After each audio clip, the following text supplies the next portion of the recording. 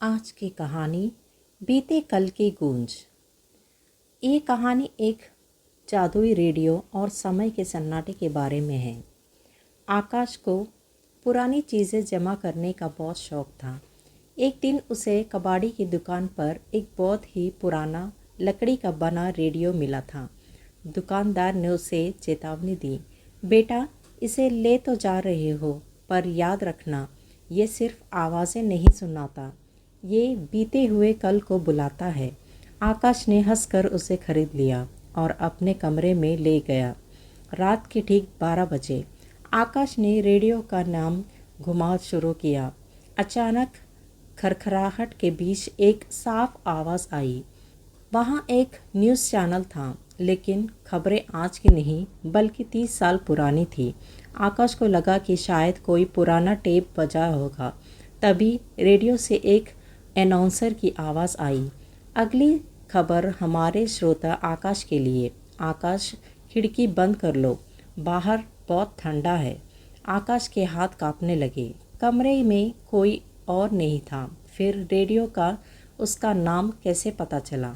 उसने जैसे ही पीछे मुड़कर देखा, उसकी खिड़की सच में खुली थी और बाहर से बर्फीली हवा अंदर आ रही थी। आकाश ने डर के मारे रेडियो को बंद करने की कोशिश की, लेकिन बटन काम नहीं कर रहा था। अब रेडियो से रोने की और चिल्लाने की आवाज़ें आने लगी थी। ऐसा लग रहा था कि जैसे हज़ारों लोग एक साथ मदद मांग रहे हो। तभी एक औरत की आवाज़ आई, जो बहुत जानी पहचानी लग रही थी। आकाश बेटा, क्या तुम मुझे सुन सकते हो?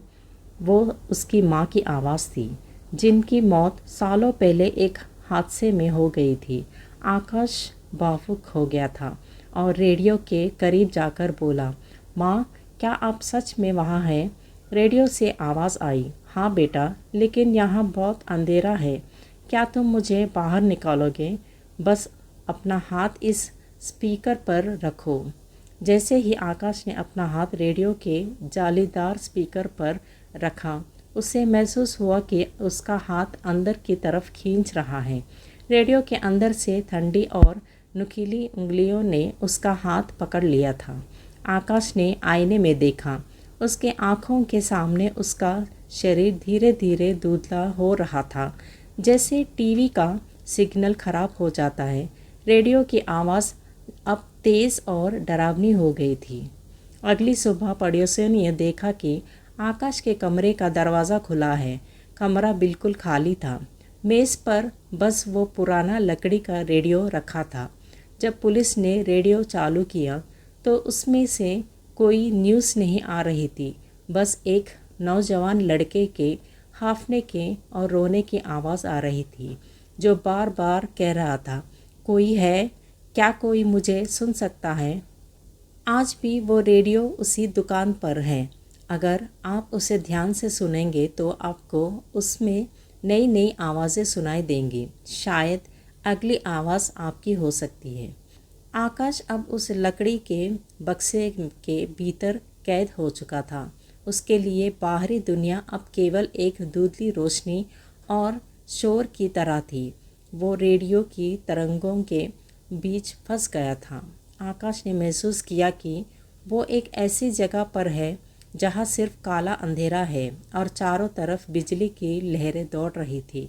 वहाँ उसे और भी कई लोग दिखे, जो रेडियो की स्टैटिक आवाज़ की तरह काँप रहे थे। वे सब वही लोग थे जो सालों से गायब हुए थे। तभी उसे फिर से वही आवाज़ सुनाई दी, उसकी माँ की आवाज़। लेकिन इस बार वो आवाज़ मीठी नहीं बल्कि ठंडी और खोखली थी। उसने देखा कि उसकी माँ का साया सामने खड़ा था, पर उनके चेहरे की जगह एक रेडियो का डायल लगा हुआ था। उन्होंने कहा, यहाँ समय नहीं बदलता आकाश, यहाँ हम सिर्फ गूंज बनकर रह जाते हैं। आकाश ने देखा कि रेडियो के भीतर एक लूप चल रहा था। हर 10 मिनट बाद वही पुरानी न्यूज़ बजती और वही डर वापस शुरू हो जाता है। उसे समझ आया कि अगर वो इस लूप को नहीं तोड़ेंगे तो वो हमेशा के लिए यही ध्वनि तरंग बन जाएगा। तभी उसे रेडियो के बाहर की दुनिया की आवाज़ सुनाई दी। पुलिस वाले रेडियो का नाम घुमा रहे थे। आकाश चिल्लाया, लेकिन उसकी आवाज़ सिर्फ खरखराहट बनकर बाहर निकल रही थी। आकाश को एक पुराना तार दिखा था जो इस जादुई दुनिया को बिजली दे रहा था। उसने सोचा कि अगर वो इस तार को अंदर से तोड़ दे तो रेडियो का संपर्क इस दुनिया से कट जाएगा। लेकिन माँ के साये ने उसका रास्ता रोक लिया। अगर तुम इसे तोड़ोगे तो तुम कभी बाहर नहीं जा पाओगे, तुम बिजली के झटके से राख हो जाओगे। आकाश समझ गया कि वो साया उसकी माँ का नहीं था, बल्कि वो रेडियो का जाल था जो उसे डराकर रोकना चाहता था। जैसे ही पुलिस वालों ने रेडियो को बंद करने के लिए हाथ बढ़ाया, आकाश ने अपनी पूरी ताकत लगाकर उस जलते हुए बिजली के तार को पकड़ लिया। उसे एक भयानक झटका लगा। उसके शरीर से नीली बिजलियां निकलने लगी। बाहर कमरे में रेडियो से तेज़ धुआं निकलने लगा और वो ज़ोर ज़ोर से काँपने लगा। अचानक रेडियो के स्पीकर से एक इंसानी हाथ बाहर निकला और पुलिस वाले की वर्दी पकड़ ली। एक ज़ोरदार धमाका हुआ और रेडियो के परखच्चे उड़ गए। पुलिस वाले पीछे गिर पड़ा। जब धुआं झटा तो कमरे के बीचों बीच आकाश पड़ा था। वो वापस आ गया था, लेकिन वो पूरी तरह ठीक नहीं था। जब आकाश बोलने की कोशिश करता तो उसके मुंह से शब्दों के साथ साथ रेडियो की खरखराहट निकलती है। और सबसे डरावनी बात ये थी कि जब भी वो किसी बिजली के सामने के पास जाता, वो चीज़ अपने आप चलने लगती। आकाश आज़ाद तो हो गया था, लेकिन वो अब एक जीता जाता ट्रांसमीटर बन चुका था। आकाश को लगा था कि रेडियो टूटने के बाद उसका पुराना जीवन वापस आ जाएगा, लेकिन अब उसका शरीर एक जीवित एंटीना बन चुका था। वो जहाँ भी जाता, आसपास की इलेक्ट्रॉनिक चीज़ें अजीब व्यवहार करने लगती। आकाश अब भीड़ भाड़ वाली जगहों से दूर रहने लगा था। उसके घर के पास से गुजरने वाले लोग के फ़ोन में अपने आप कॉल लग जाती और उन्हें आकाश की सोचने की आवाज़ें सुनाई देती। उसका दिमाग हर समय हज़ारों तरंगों से भरा रहता है। रेडियो स्टेशन, पुलिस, वायरलेस और यहाँ तक कि लोगों की निजी संदेशें भी उसके कानों में गूंजते हैं। एक रात जब आकाश सो रहा था, उसके कमरे का पंखा अपने आप तेज़ चलने लगा। अचानक कमरे में रखी एक पुरानी घड़ी से वही फटी हुई आवाज़ आई जो रेडियो की थी। सफ़र अभी अधूरा है आकाश, तुमने तार तोड़ा, लेकिन फ्रीक्वेंसी अभी भी ज़िंदा है। आकाश ने देखा कि उसके हाथ की नसें अब नीले रंग की नहीं, बल्कि बिजली के तारे जैसी चमकदार और तांबे के रंग की हो गई थी। उसे समझ आया कि रेडियो की वो रूह अब उसके शरीर के अंदर समा चुकी है। आकाश समझ गया कि जब तक वो इस दुनिया में रहेगा, वो दूसरे के लिए खतरा बन सकेगा। वो सीधा शहर के सबसे ऊंचे ब्रॉडकास्टिंग टावर पर पहुंच गया।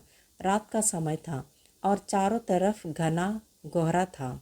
जैसे ही उसने टावर के मुख्य ट्रांसमीटर को छुआ, उसे हज़ारों वोल्ट का बिजली का झटका लगा, लेकिन उसे दर्द नहीं हुआ।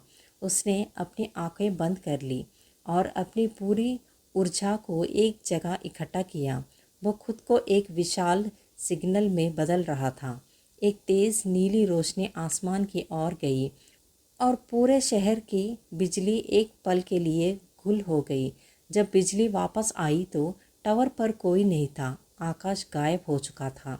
अगले दिन शहर के हर रेडियो पर एक ही धुन बज रही थी, एक बहुत ही सुकून देने वाला संगीत जो पहले कभी किसी ने नहीं सुना था।